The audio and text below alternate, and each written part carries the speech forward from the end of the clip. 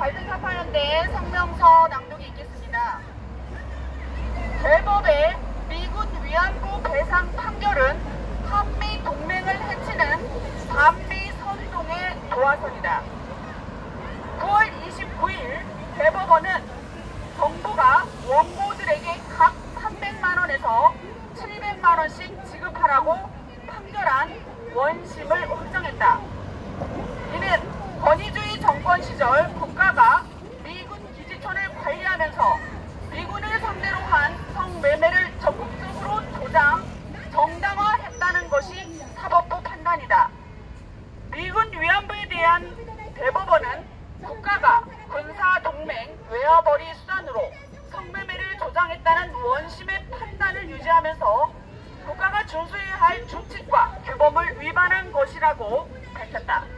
한편 정부는 시효가 지났다고 주장했으나 국가의 행위는 과거사 정리법상 인권침해 사건에 해당하므로 이에 따른 국가 배상 청구는 소멸 시효가 적용되지 않는다며 받아들이지 않았다. 미군 위안부에 대한 문제 제기는 지난 2013년 국회 여성가족위원회 국정감사에서 밝혀진 기지촌 여성 정화 대책 문건에서 비롯되었다. 박정희 전 대통령의 친필 사인이 담긴 이 문서에는 성병 퇴치, 주변 정돈, 생활용수, 기타 사항의 4개 항목의 대책안이 포함되었다. 즉, 당시 기지촌 여성들에게 문제였던 성병 대책과 기지촌 구역 재정리, 깨끗한 물의 공급 등의 내용이 제시되었다. 오늘 새삼 미군 위안부 사안이 부상한 것은 특정 세력이 일본군 위안부 이슈를 범국민적인 분노로 자아내는데 성공했기 때문이다. 이들은 자신들이 민족주의적 관점에서 부각시킨 일제의 과거사 쟁점인 일본군 위안부 문제를 미군 위안부로 확대시키려 했다. 때마침 세계적으로 유행하기 시작한 페미니즘의 편승에 기지촌 여성들의 고단했던 삶을 피해자 여성의 문제로 법정에서 다투기 시작했고 마침내 대법원에서 국가 배상으로 승소하게 되었다. 민족주의와 페미니즘의 합작으로 이루어진 이와 같은 성과가 바람직한 것인지에 대해서는 두 가지 측면에서 심사숙고해야 할 필요가 있다. 하나는 일본군 위안부나 미군 위안부나 군부대와 동반한 위안부의 정체성에 대한 고찰이다.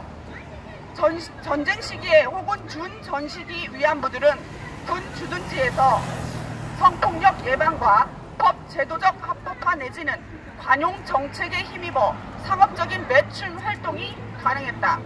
다른 하나는 주로 20대인 군인들이 병영 생활에 제한됨으로써 한창 신체적으로 활발한 시기의 성욕을 해결할 방안이 필요해 군 지휘부에서 나름 대책을 강구한 것이다.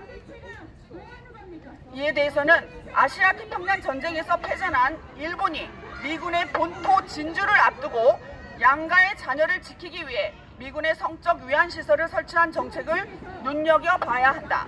당시 일본 정부는 위안부 영업에 필요한 부녀자로 게이샤, 공창 매춘부, 여급, 작부, 상습 밀매 음녀를 모집했고 이들을 유각에 배치했다.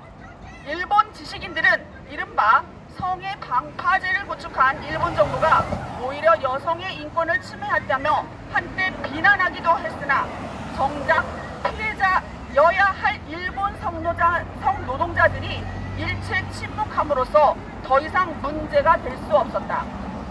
그러나 한국 사회에서 일본군과 미군 위안부 문제는 국가의 안위를 위협할 정도로 그 폭발성이 엄청나다. 자발적으로 일한 일본의 성노동자들과 달리 한국에는 엘리트 여성주의자들에 의해 일단 피해자 여성들이 등장한다. 그리고 이들을 앞세워 기지촌 문건에 서명한 박정희 전 대통령을 공격함으로써 현 정권과 미국까지 타격하려는 종북 주사파 세력들이 광범위하게 포진하고 있다. 북한의 재침 위기 앞에서 박정희 전 대통령은 주한 미군 철수를 막기 위해 대다수 자발적인 성노동자들을 운영한 건 사실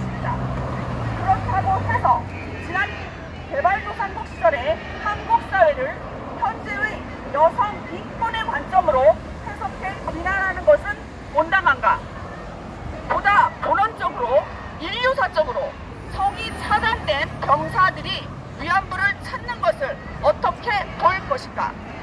그리고 지금 우리 주변에서 극도의 성 빈곤에 시달리는 이들이 성 구매에 나서는 현상을 범죄화하는 정책은 바람직한가?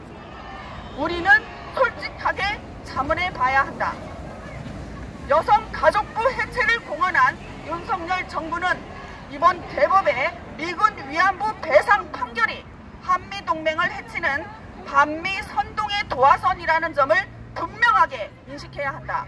그리고 끊임없이 과거사를 소환해 위선적인 성정치로 국정을 농단하는 세력들을 엄정 조치해야 할 것이다.